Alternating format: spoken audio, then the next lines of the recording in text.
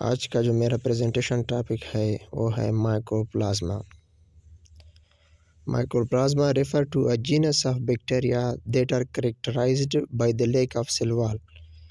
Mycoplasma जो है वो बैक्टीरिया के वो जीनस है जिसमें सेल वॉल नहीं होता है, making them distinct from most other bacteria, जिसकी वजह से वो दूसरे बैक्टीरिया से अलग है। These microorganisms are among the smallest self-replicating organism। Mycoplasma की सबसे मेन कैरेक्टरिस्टिक क्या है कि ये सेल्फ रिप्लिकेशन करता है। इसके बाद है the characteristic of mycoplasma. Characteristic include cellular structure. Cellular structure में हमारे पास क्या होता है कि लैक ऑफ सेल वॉल, जो इसको दूसरे बैक्टीरिया से अलग करता है। Cell membrane provide self shape and protection. Cell membrane जो है वो outermost layer of cell होता है जो उसे शेप और प्रोटेक्शन प्रोवाइड करता है। और जो साइज़ है इसकी वो तकरीबन 0.2 टू 0.3 माइक्रोमीटर तक होता है। इसकी शेप जो है ये वेरिएबल शेप होता है, जिसमें हमारे पास स्पेरिकल, फिलामेंटस एंड पोलियोमॉर्फिक फॉर्म होता है। मीन्स ज़्यादा फॉर्म में ये हमारे पास होते हैं। Motility, some species exhibit gliding और jerky मूवमेंट। ये हमारे पास जो स्लीपरी मूवमेंट जो होते हैं ये करते हैं। और जेनेटिक मटेरियल जो होता है इसमें हमारे पास सिंगल सर्कुलर डीएनए क्रोमोसोम होता है। सिंगल सर्कुलर डीएनए क्रोमोसोम होते हैं इसमें। इसके बाद हमारे पास है metabolism.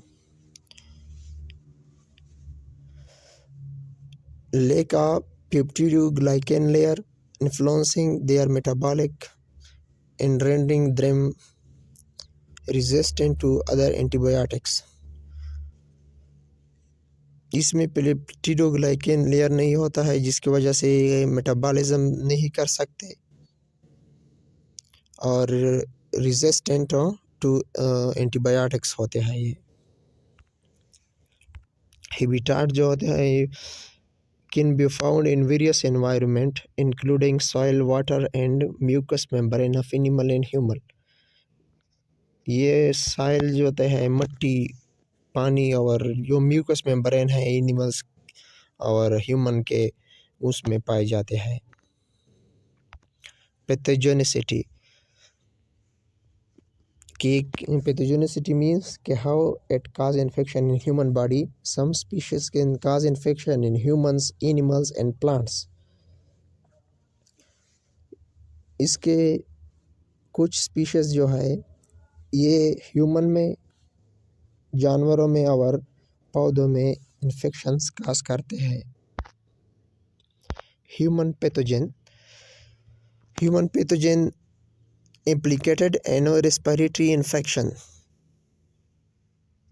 Urinary tract infection and other disease. ये हमारे पास यूरिनरी इन्फेक्शन काज करता है, यूरिनरी ट्रैक्ट इन्फेक्शन और अदर डिजीज़ जो है काज करते हैं।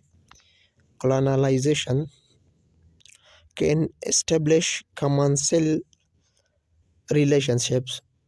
commensalism मीन्स जिसमें both partner can take benefit from each other but the not one is harmed। जिसमें दोनों ऑर्गेनिज्म जो है एक दूसरे से फ़ायदा लेते हैं और कोई भी ऑर्गेनिज्म जो है उसको कुछ नुकसान नहीं होता।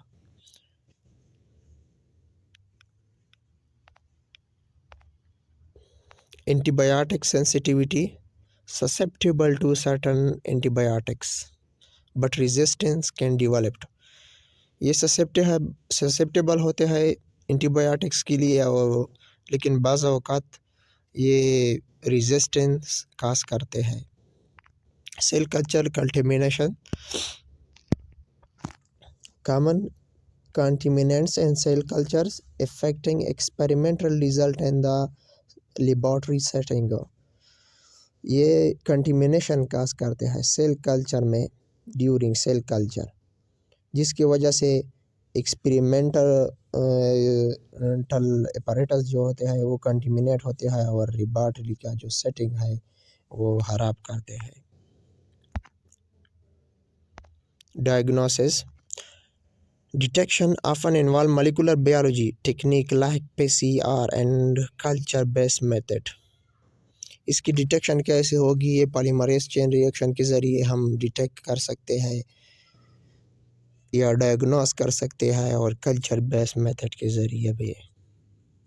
Biotechnological impact concern in biotechnology due to their potential to contaminate cell culture used in research and manufacture process।